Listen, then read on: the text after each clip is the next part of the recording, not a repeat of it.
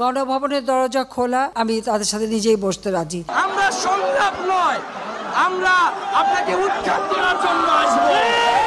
2024 সালের 3 আগস্ট নাহিদ ইসলামের এই ঘোষণার পর জনগণ 5 আগস্ট গণভবনে ঢুকে পড়ে। তার আগেই অবশ্য দেশ ছাড়েন শেখ হাসিনা।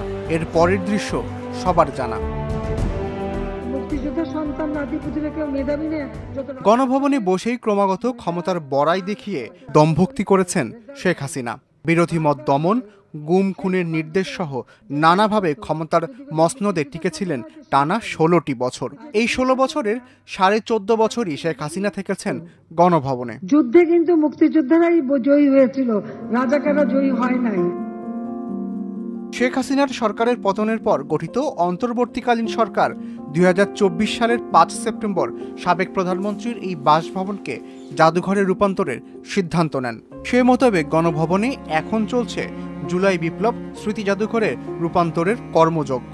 কোন প্রেক্ষিতে এবং কিভাবে বাংলাদেশে এত বড় একটা অভ্যুত্থান ঘটলো, এই পুরো জিনিসটাকে তুলে আনা, জুলাইয়ের স্পিরিটকে তুলে আনা, 16 বছরের দুঃশাসনের স্পিরিটকে তুলে আনা, আয়না ঘর থেকে শুরু করে যা যা ঘটেছে এই দেশে। ফলে মানুষ যেন জুলাই থেকে শুরু করে কিভাবে আমরা জুলাইয়ে পৌঁছালাম এই পুরো ইতিহাসটা এই জাদুঘরে ভিজিট করার মাধ্যমে জানতে পারে। এবং তার মধ্যে এবং এটা জানাটা জরুরি এই কারণে যে আমরা যদি এটা ভুলে যাই তাহলে আবারও আমাদের মধ্যে কেউ না কেউ এরকম ফ্যাসিস্ট হয়ে ওঠার চিন্তা করতে পারে। জুলাই বিপ্লব স্মৃতি জাদুঘরে জুলাই শহীদদের স্মৃতি স্মারকের পাশাপাশি থাকবে আরও অনেক কিছু।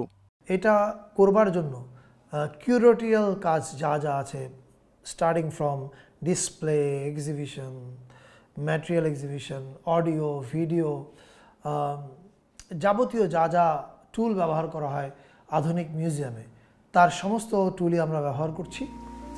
সম্প্রতি গণভবন কমপ্লেক্স ঘুরে দেখা গেছে জুলাই অভ্যুত্থানে সাধারণ মানুষের ক্ষোভের বহিঃপ্রকাশ ঘটেছে পুরো কমপ্লেক্স জুড়ে।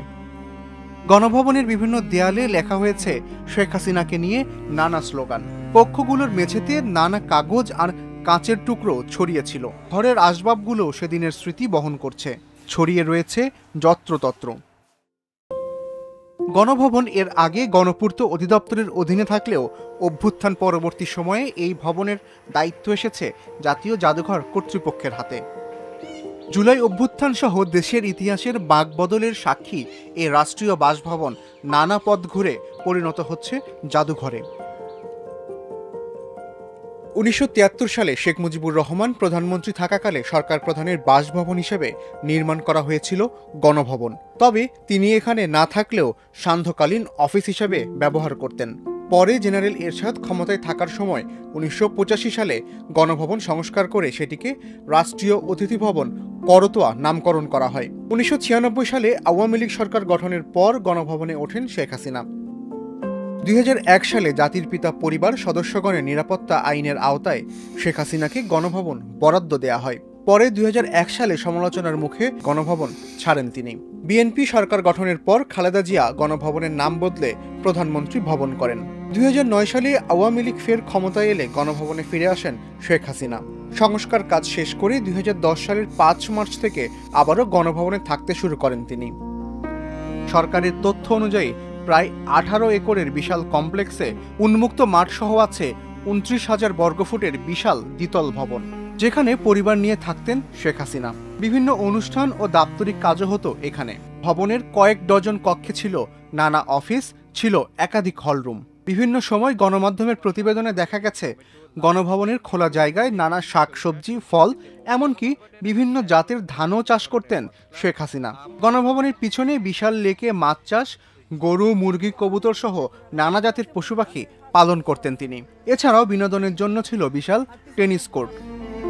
5 আগস্ট দেশ ছাড়ার আগ মুহূর্ত পর্যন্ত শেখ হাসিনা গণভবনেই ছিলেন। তার জন্য সেদিনের খাবারও প্রস্তুত ছিল। তবে সব ফেলে জনতার ক্ষোভের কাছে পরাস্ত হয়ে চলে যেতে হয়েছে তাকে।